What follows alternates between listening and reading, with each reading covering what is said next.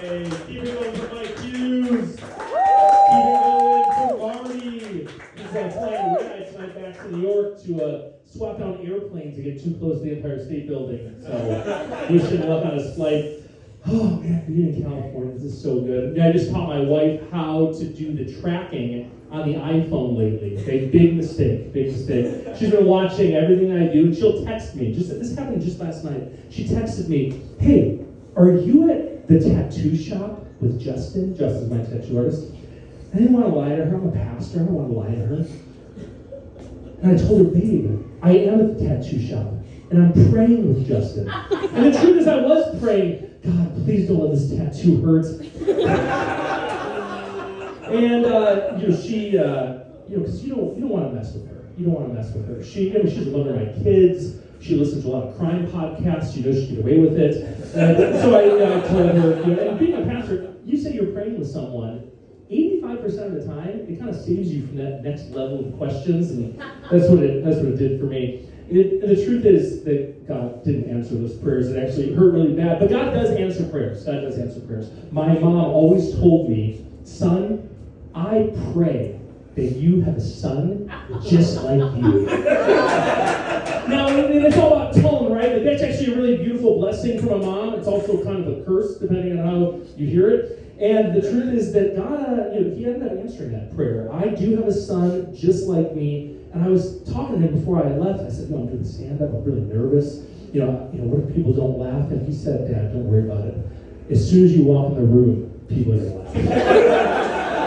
And he's just so great. He's only one of my 4 kids. I have these 4 kids, totally incredible. I know Michael can only handle 3. I can do 4. And every time I leave the house with them, there's always this little voice in the back of my head that says, "This is not going to go well. This is going to go very badly for you." And I go out with them, and I always get random encouragement from strangers, which I absolutely love. "Oh my gosh, you're doing such a great job. Oh my gosh, you have such your hands full. Oh my gosh, they're definitely yours." And it really is encouraging to me. But the truth is that there's been some times where there's been huge meltdowns, times that it really has gone wrong. There's 3 memorable ones. Dick's Sporting Goods is a very memorable one. I went unprepared, didn't have the snacks. But as soon as they started melting down, I got them together, we left, just like my wife trained me to do. So it wasn't a big public display. But the second time, when we went to the grocery store, it was extreme. They start grabbing food off the shelves, holding onto it, begging me like they're, like they're my World Vision sponsor kid. They've never had food before. She's like, "Dad, can we please eat?"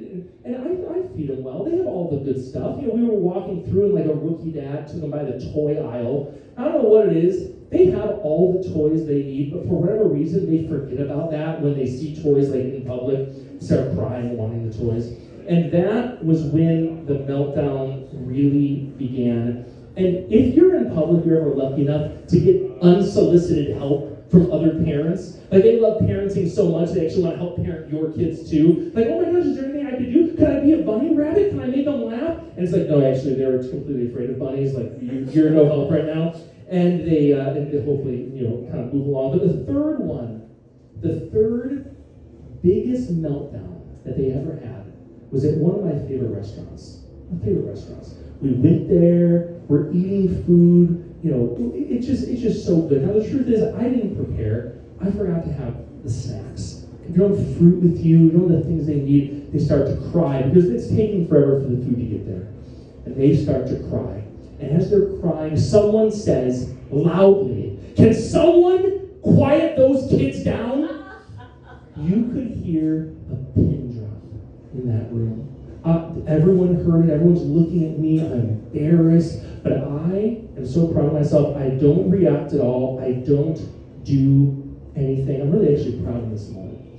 And when we're getting ready to leave, I take the kids out, all 4 of them, and I actually, before we leave, I sit them down on like the benches, right, kind of at the entrance, and I say, "I'm going to go talk to that table real quick."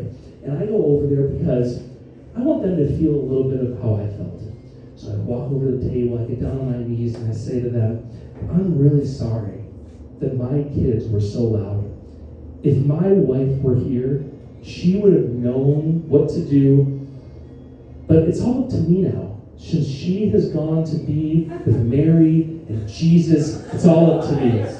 And I've never been so thankful that her best friend Mary married a guy named Jesus, that she was going to visit that week. And it was absolutely perfect. And they start crying, and they're so sad. And I get right up and walk over to my kids, and they say, Dad, what did you say to them? I get right down and I say, I prayed with the kids. Don't worry about it. It's all good. Hey, moments like, I know there's a lot of Mariners people in here.